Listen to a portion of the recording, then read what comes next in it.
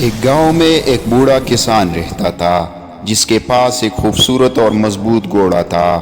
ایک دن وہ گھوڑا کہیں غائب ہو گیا۔ گاؤں والے کسان کے پاس آئے اور افسوس کرتے ہوئے کہنے لگے، بڑا دکھ ہوا کہ تمہارا قیمتی گھوڑا غائب ہے۔ بوڑھا کسان مسکرایا اور بولا، بظاہر تو واقعی دکھ کی بات ہے، لیکن ہو سکتا ہے اس میں بھی کوئی خیر کا پہلو نکل آئے۔ چند دنوں بعد کسان کا گھوڑا واپس آ گیا اور اپنے ساتھ جنگل سے کئی اور جنگلی گھوڑے بھی لے آیا۔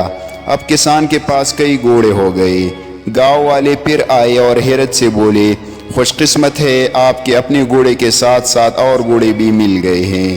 بوڑھا کسان دوبارہ مسکرایا اور کہا، یہ اچھی بات ہے یا شاید یہ بری بات ہو، کون جانتا ہے۔ ایک دن کسان کا بیٹا ان نئی گھوڑوں میں سے ایک کو سدانے کی کوشش کر رہا تھا کہ وہ گھوڑا بہتک گیا اور کسان کا بیٹا گر کر اپنی ٹانگ توڑ بیٹھا۔ گاؤں والے پھر آئے اور افسوس کرتے ہوئے کہنے لگے، بڑی دکھ کی بات ہے، تمہاری بیٹی کی ٹانگ ٹوٹ گئی۔ بوڑھا کسان ہمیشہ کی طرح مسکرایا اور کہا، شاید یہ دکھ کی بات ہو یا شاید یہ اچھی بات ہے، کون جانتا ہے۔ کچھ دن بعد ملک میں جنگ چھڑ گئی اور حکومت نے تمام جوانوں کو فوج میں بھرتی کرنے کا حکم دیا، لیکن کسان کا بیٹا اپنی ٹوٹی ہوئی ٹانگ کی وجہ سے فوج میں نہیں جا سکا۔ گاؤں والے پھر آئے اور کہا، کتنی اچھی بات ہے، تمہارا بیٹا جنگ میں نہیں جا رہا۔ بوڑھا کسان حسب معمول مسکرایا اور بولا، ہر واقعے میں ہمارے لیے کیا اچھا ہوتا ہے کیا برا، یہ کون جانتا ہے، لیکن زندگی میں واقعات کا فوری نتیجہ ہمیشہ واضح نہیں ہوتا۔